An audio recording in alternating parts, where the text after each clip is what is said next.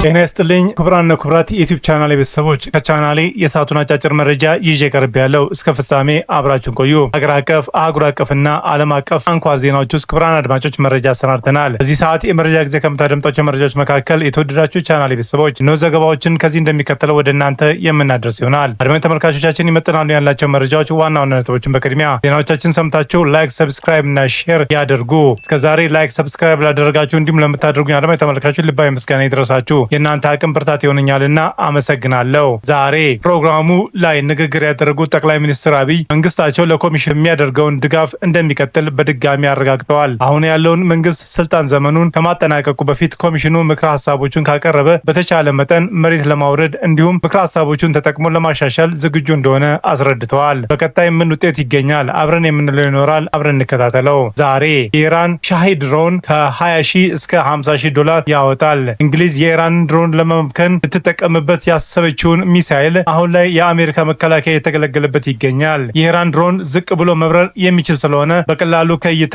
ይሰወራል። ከተዋጊ ጀቶች ላይም በተተኮሱ ሚሳኤሎች አማካኝነት ድሮኖቹን መምታት ተችሏል። አሁን በርካሽ ዋጋ የሚሰራው እንደ ቀድሞ ውጤታማ ይሁን አይሁን አብረን በኢትዮ ፍቅሩ ዜና ቻናል የምንለው ይኖራል። አብረን እንከታተለው። ዛሬ ባለሙያዎቹ እንደሚያብራሩት ድሮኖቹ በገበያ ላይ ከሚገኙ እና በስሪዲ ፕሪንተር ከተመረቱት አካላት ሊሰሩ የሚችሉ ናቸው። ማውደም የሚችሏቸው ከፍተኛ ዋጋ ያላቸውን ኢላማዎች ጋር ሲነጻጸሩም የሚያስወጡት ገንዘብ ርካሽ ነው። በሩሲያና ዩክሬን ጦርነት የተስፋፋው ርካሽ የኤፍፒቪ ድሮኖችም የመጠቀም ልምድም ዘመናዊ የውጊያ ስልትን ቀይሯል። ቀጣዩ ምን ምላሽ ይኖረዋል? በዝርዝር የምታደምጧቸው መረጃዎች በቻናላችን ይዘናል። ሁሉንም በዝርዝር እናስደምጣለን። እስከ ፍጻሜ የቆዩ ዝርዝር መረጃውን ያድምጡ ግብዣይ ነው። ሁሉንም ከኢትዮ ፍቅሩ ዜና ወደሚደርሳችሁ ዝርዝር መረጃ አለፍኩ። አብረን እንቆይ።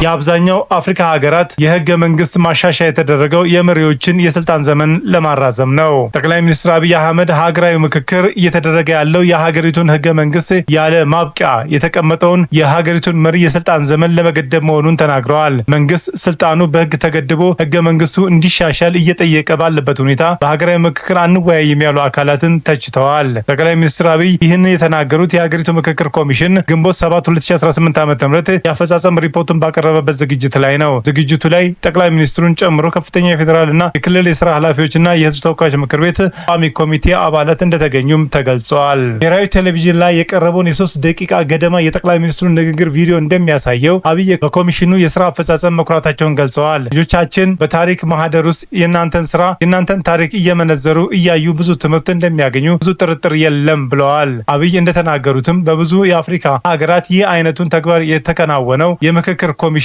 አመራሮች ባለፉት መንገድ አይደለም። ጠቅላይ ሚኒስትሩ የአብዛኛው የአፍሪካ ሀገራት የህገ መንግስት ማሻሻያ የተደረገው የመሪዎችን የስልጣን ዘመን ለማራዘም ነው ሲሉ ተናግረዋል። የኢትዮጵያ ህገ መንግስት የሚቀይረው ግን ከዚህ ተቃራኒ በሆነ ሁኔታ የሀገሪቱ መሪ የስልጣን ቆይታ ላይ ገደብ ለማበጀት መሆኑን አስረድተዋል። የኢትዮጵያ ህገ መንግስት ጠቅላይ ሚኒስትሩ ፓርቲው እስካሸነፈ ድረስ እና መምረጥ እስከቻለ ድረስ የጊዜ ገደብ የለበትም። አሁን እየተወያየን ያለነው ግን ያን አደገኛ ነው እንገድብ ብለን ነው ሲሉ የመንግስታቸውን አቋም ገልጸዋል። ከዚህ ቀደም ህገ መንግስቱ እየጸደቀው ጥቂት መቶዎች ተሰብስበው ነው ያሉት አብይ በሌላ ሀገር እንደዚህ አይነት ውይይት አይተን አናውቅም ሲሉም ተደምጠዋል። መንግስት ይህንን አይነቱን ተነሳሽነት መውሰዱ በሀገራዊ ምክክር አልወያይም ያሉ ሰዎች ራሳቸውን እንዲጠይቁ የሚያስገድድ ነው የሚል እምነት እንዳላቸውም ተናግረዋል። ጠቅላይ ሚኒስትሩ የሚመሩት መንግስት ወዶ ፈቅዶ ህዝቡ ተወያይቶ ስልጣኔን በህግ ተገድቦ የህዝብ ጥያቄውን በህገ መንግስት ተካቶ እንዲሻሻል ፍቃድ አለኝ እያለ መሆኑን አንስተዋል። መንግስት ይህንን ሲል ለዚህ መሻት የሚታገሉ ሰዎችን እንዴት አንወያይም ይላሉ? ካልተወያዩስ ለምን ፖለቲካ ይፈልጋሉ? ፖለቲካ በዋነኝነት ውይይት ነው ሲሉም ተችተዋል። የፖለቲካ የስልጣን ፍላጎት ያላቸው ሰዎች ይህን ለማሻሻል ክፍተት የሚሰጥ ውይይት ከመንግስት በላይ ደስተኛ ሆኖ መሳተፍ የሚጠበቅባቸው ይመስለኛል ብለዋል። ይህም ቢሆን ግን ሀገራዊ ምክክር ኮሚሽኑ ተግባር ከበቂ በላይ የኢትዮጵያን ፍላጎት መመለስ የሚችል ከ90% በላይ ኢትዮጵያውያንን ያሳተፈበት ሂደት መሆኑን ተናግረዋል። ከዚህም የተነሳ ለምናስበው ለውጥ ለምናስበው ሪፎርም መሰረት መጣል የሚችል ይመስለኛል ሲሉም እምነታቸውን ገልጸዋል። የሀገራዊ ምክክር ኮሚሽኑ በሀገሪቱ 1234 ወረዳዎች ውስጥ ስኬታማ አጀንዳ ማሰባሰብና ልየታ ተግባር ማከናወኑን ዛሬ ባቀረበው ሪፖርት ገልጿል። በዚህ ተግባሩም የሀገሪቱ 93 በመቶ መሸፈኑን አስታውቋል። ይህንን ተመሳሳይ ሂደት ትግራይ ክልል ውስጥም ማካሄድ ያልቻለው ኮሚሽኑ በአዲስ አበባ ባካሄደው ስብሰባ ከመላው የትግራይ ክልል የተውጣጡ ባለድርሻ አካላትንና የተለያዩ የሀገራችን ክፍሎች የሚገኙ የትግራይ ተወላጆችን ማሳተፉን በሪፖርቱ ጠቅሷል። በቀጣይ የሀገራዊ ምክክር አጀንዳዎች እንደሚቀረጹና የሀገራዊ ምክክሩ ጉባኤ እንደሚካሄድም አስታውቋል። በሀገር ደረጃ ስምምነት የደረሰባቸው ውጤቶችንና ምክረ ሀሳቦች ተፈጻሚነቱን እንደሚያመቻችም ተገልጿል።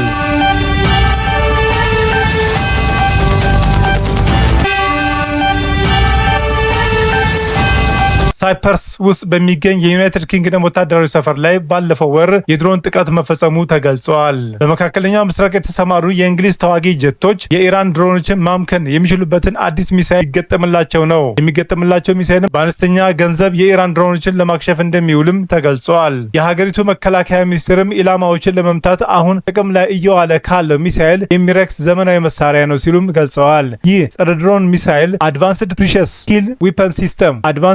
ኪል ዊፐን ሲስተም ይባላል። የባህረ ሰላጤው ሀገራት የኢራንን ሻሂድ ድሮኖችን መቋቋም ተቸግረዋል። እነዚህ የኢራን ድሮኖችን በርካሽ ዋጋ የሚገነቡ ቢሆንም የላቀ ጉዳት እያደረሱ ነው። ከ2 ዓመታት በፊትም በኢራንና እስራኤል መካከል በተነሳው ግጭት ዩናይትድ ኪንግደም ሚሳይሉን በመጠቀም ድሮኖችን መትቶ መጣሉን ገልጸዋል። እያንዳንዱ ሚሳይል 200,000 ፓውንድ እንዳወጣም ተዘግበዋል። ሌሎች ሀገራት የሚጠቀሟቸው ሚሳይሎችም 22,377 ፓውንድ እንደሚያወጣም የመከላከያ ባለሙያዎች ተናግረዋል። እንግሊዝም ይህንን ሚሳይል ለመጠቀም መወሰኑን ይፋ ተደርጓል። ሳይፐር ውስጥ በሚገኝ የዩናይትድ ኪንግደም ወታደራዊ ሰፈር ላይ ባለፈው ወር የድሮን ጥቃት መፈጸሙን ተገልጿል። ጥቃቱ ከተፈጸመ ከ2 ቀናት በኋላም 2 ድሮኖች ማምከን ተችሏል። የድሮኖቹ ጥቃት የተፈጸመው ኢራን የምትደግፈውን ሂዝቦላ እንደሆነ ይታመናል። እንግሊዝ የምትጠቀምበትን መሳሪያ በጨረር የሚመራ ሮኬት በመሸከም በአነስተኛ ወጪ ድሮኖችን መምታት የሚችል መሆኑን ተገልጿል። BAE ሲስተምስ እና ኪንቲኪ የተባሉ መሳሪያ አምራች ኩባንያዎች በወራቱ ውስጥ ግንባታውን እንደሚያጠናቅቁ ዩናይትድ ኪንግደም መንግስት ይፋ አድርጓል። ኳታርም 10,000 ጸረ ድሮን ሚሳይሎችን ከአሜሪካ ለመግዛት አቅዳለች። የኢራን ጦርነት ከተነሳ አንስቶ ቴህራን በባህረ ሰላጤው በሚገኙ የአሜሪካን ወታደራዊ ሰፈሮች ላይ ሚሳይልና ድሮኖችን ተኩሳለች። እስራኤል፣ ባህሬን፣ ኩዌት፣ ኳታር፣ የተባበሩት አረብ ኤሚሬትስና ዮርዳኖስ የጥቃቱ ኢላማ ሆነዋል። የተባበሩት አረብ ኤሚሬትስ 2,000 ድሮኖችን፣ 438 ባላስቲክ ሚሳይሎችንና 19 ክሩዝ ሚሳይሎችን ማክሸፏን አስታውቃለች።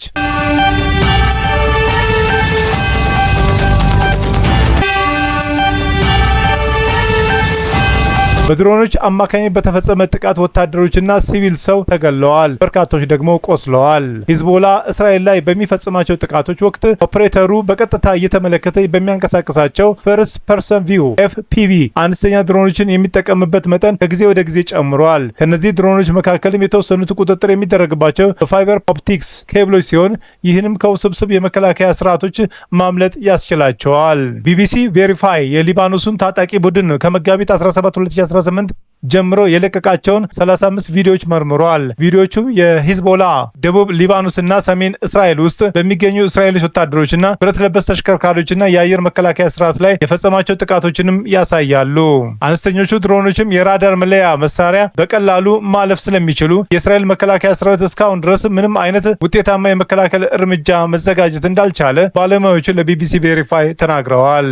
የእስራኤል ጦር ስለደረሰበት ጉዳት ዝርዝር መረጃ ይፋ አላደረገም። የእስራኤል መገናኛ ብዙሃን ዘገባዎች እንደሚያመለክቱትም ግን በእነዚህ ድሮኖች አማካኝነት በተፈጸመ ጥቃቶች 4 ወታደሮችና 1 ሲቪል ሰው ተገለዋል። በርካቶች ደግሞ ቆስለዋል። የእስራኤል ጦር ድሮኖችን የደቀኑትን አደጋ እንደሚገነዘብና የመከላከል አቅሙንም ለማጎልበት ይበልጥ ውጤታማ የሆነ የማስ ሞዴሎችን ለማዘጋጀት እንዲሁም ወታደሮችን ዝግጁነትና ስለ ስጋት ያላቸውን ግንዛቤ ለማሳደግ እንዲቻል ከፍተኛ ሀብት እየፈሰሰ መሆኑን ለቢቢሲ ቬሪፋይ ገልጸዋል። ኢንስቲትዩት ፎር ናሽናል ሴኩሪቲ ስቴዲ የተባለ ተቋም መረጃ እንደሚያሳየው የእስራኤል ጦርም የኤፍፒቪ ድሮኖችን ለበርካታ ዓመታት ሲጠቀም ቆይቷል። በአሁኑ ወቅትም በደቡብ ሊባኖስ እና በጋዛ ሐማስ ላይ በሚፈጽማቸው ጥቃቶች እንደሚጠቀምባቸውም ተቋሙ ገልጿል። ወታደራዊ ተንታኞችና የሊባኖስ ሰራዊት የቀድሞ ጀነራል የሆኑት ሃሺማ ጃባር ለቢቢሲ አረቢክ እንደተናገሩትም ኤፍፒቪ ድሮኖች በራዳር ላይታዩ ይችላሉ።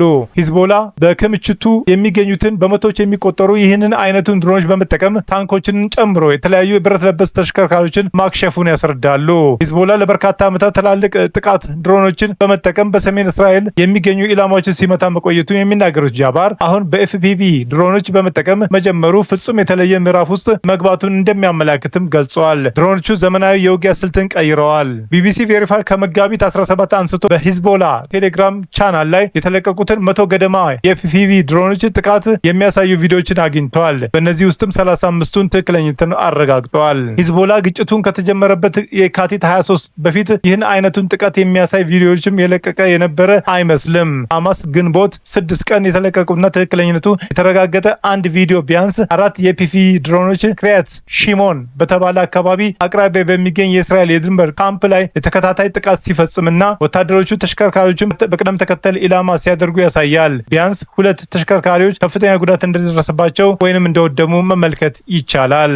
ቢቢሲ ታይባሃ ከተማ ውስጥም የተፈጸሙ ቢያንስ 2 ጥቃቶችን ጨምሮ በደቡብ ሊባኖስ የደረሱ ተመሳሳይ ድሮኖችን ጥቃቶችን ተከታትሏል። ቪዲዮቹ ወታደሮች ኢላማ ሲደረጉ ያሳያል። ቀጥሎ ደግሞ የቆሰሉ ወታደሮችን ለማዳን ላይ የነበረ እስራኤል ሄሊኮፕተር አቅራቢያ ሌላ ጥቃት ሲፈጸም ይታያል። በዚህ ጥቃት አንድ ወታደር እንደተገደለና 6 ሰዎች መቁሰላቸውን የእስራኤል መገናኛ ብዙሃን ዘግበዋል።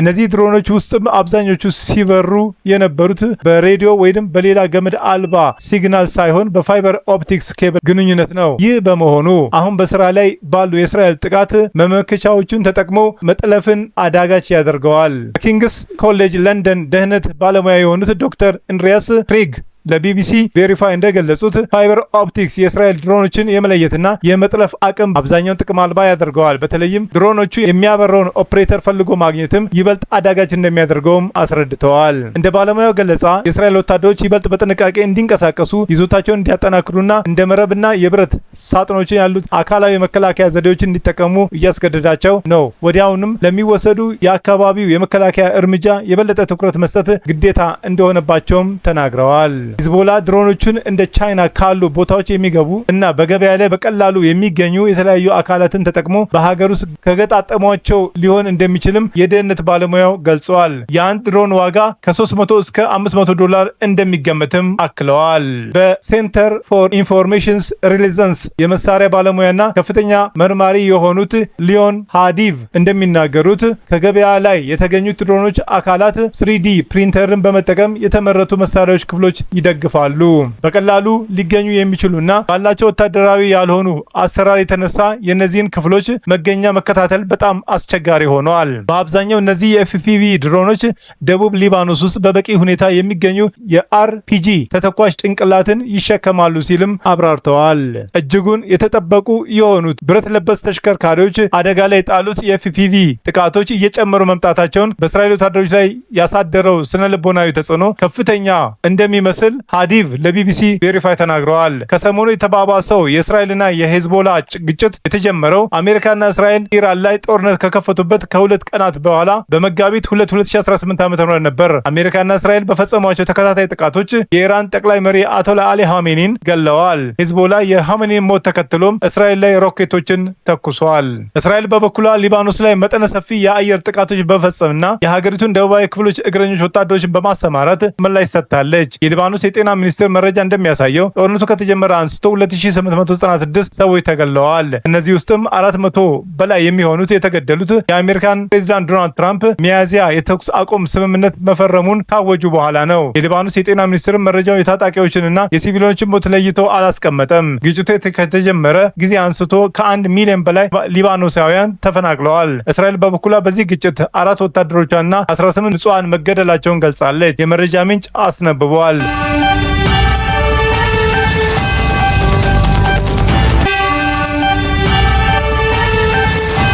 ቻናሌ ስትከታተሉ ስለቆያችሁ ታላቅ አክብሮት አለን። ውድ የቻናሌ ተከታታይ ቤተሰቦች በመላው ዓለምና በአገር ቤት ላላችሁ ሁሉ በየዕለቱ ስኬት እንዲገጥማችሁ እንመኛለን። ዜናዎቻችን ሰምታችሁ ላይክ፣ ሰብስክራይብ እና ሼር ማድረጉ እንዳይዘነጋ፣ እንዲሁም ድጋፋችሁ አይለየን። በሌላ መረጃ ተመልሰን እስክንገናኝ በያለንበት ቦታ ሰላምና ጤና ይብዛልን።